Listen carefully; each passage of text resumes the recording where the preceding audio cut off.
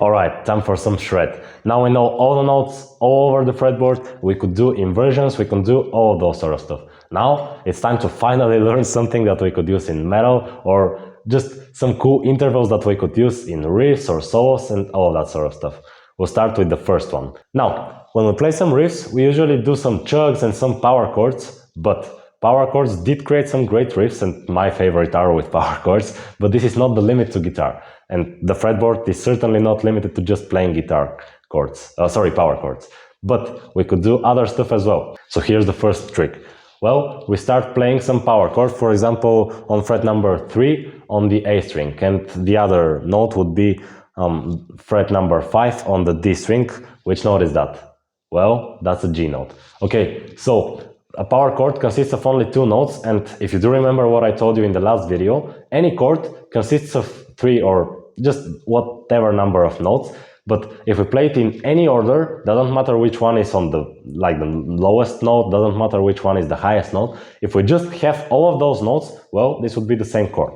Okay, so we play a power chord starting from a C note on the A string.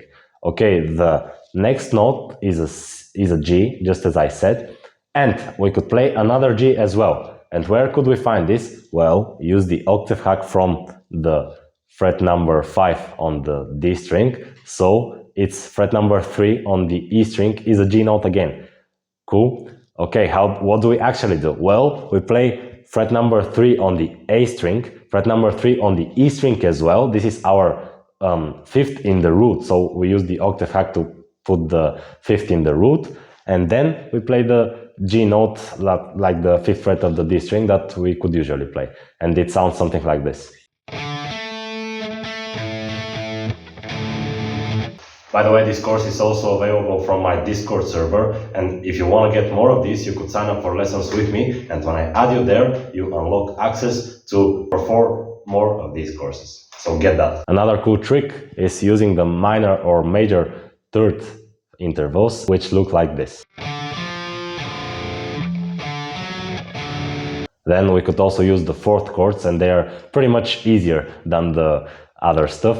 It's just playing the same 2 frets on 2 consecutive strings, but if we play on the stupid B string, we have to shift one of our fingers up, so the higher of our notes up. So it would not be, for example, 5 on the G and 5 on the B, it would be 5 on the G and 6 on the B. But if we're playing, for example, from the 6th string, well, it would be 5 on the E and 5 on the A. Okay, cool.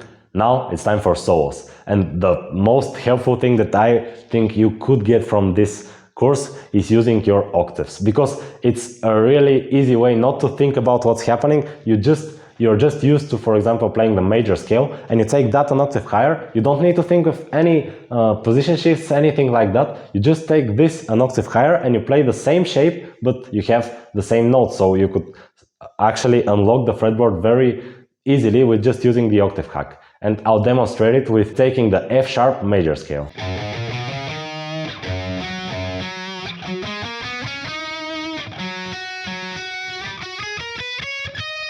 And we could do that with any portion of the major scale or any scale. We're just using octaves here.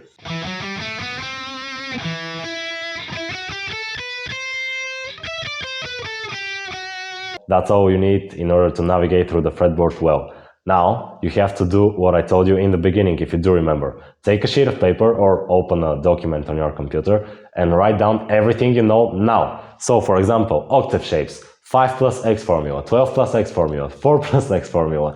Well, other stuff that you could do is just rearranging the notes so that I have the 5th in the root, like the extended power chord that I showed you here in this video. Or maybe the major third, or the minor third, or the 4th chords. Everything you know from now. And when you have that written down, you could stick it somewhere near your guitar, for example, on your wall or maybe near your computer. And when you sit down to practice, you remind yourself, oh, I now know how to navigate through the fretboard effortlessly. And you use that and it becomes like a habit, and you stop thinking, yeah, I'm using the octave shape, I'm doing a power chord shape first, then I skip one string and all that sort of stuff. It will just become like second nature to you. And that's the cool thing about learning guitar and actually following courses.